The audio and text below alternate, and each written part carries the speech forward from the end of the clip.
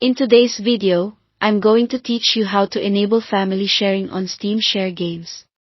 By the end, you'll have your Steam library set up so family members or trusted friends can access your games on a shared computer, with the right security in place and a smooth experience. Start by opening the Steam client on your computer. From the top left, open the Steam menu and choose Settings. If you don't see that menu, you can also click your profile in the top right and select Settings there. Before sharing anything, we need to make sure security is enabled, because family sharing won't work without it. In Settings, go to the Account or Security section and turn on Steam Guard, which is Steam's two-factor authentication.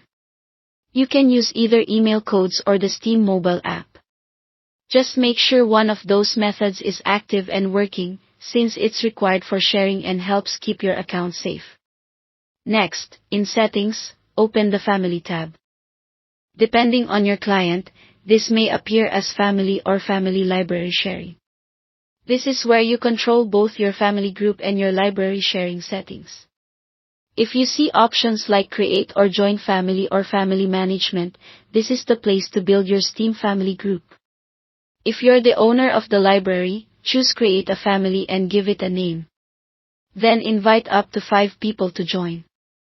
You can select friends from your Steam list or enter their username or email. They'll need to accept the invitation, usually through an email or a notification inside Steam, before they can use your shared library. While you're still on the main account in Settings under Family, check the box that says Authorize Library Sharing on this computer, or a similarly worded option.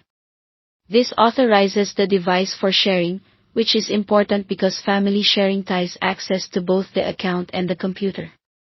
Now log out of the owner's Steam account on that device. Have your family member or friend sign into their own Steam account on the same machine.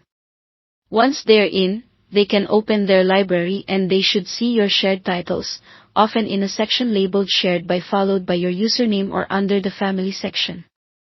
They can pick a shared game and download or install it just like any other title. Keep in mind that only one person can play a specific copy of a game at a time. If the owner starts playing, the borrower may be prompted to quit or purchase the game to continue. That's it. Thanks for watching.